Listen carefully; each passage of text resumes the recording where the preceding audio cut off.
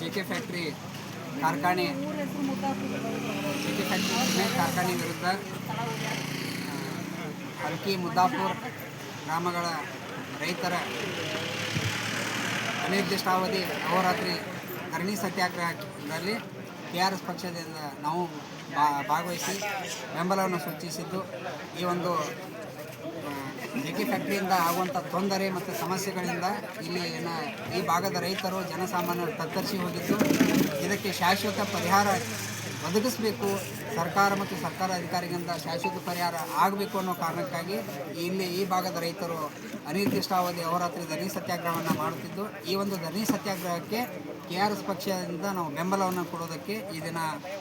ಈ ಸ್ಥಳಕ್ಕೆ ಸತ್ಯಾಗ್ರಹ ಸ್ಥಳಕ್ಕೆ ಆಗಮಿಸಿದ್ದು, ಮುಂದಿನ ದಿನಗಳಲ್ಲಿ ನಮ್ಮ TRS ಪಕ್ಷದ ಬೇರೆ ಬೇರೆ ಜಿಲ್ಲೆಗಳಿಂದ ನಮ್ಮ ಪಕ್ಷದ ಸೈನಿಕರು ಆಗಮಿಸುತ್ತಿದ್ದು,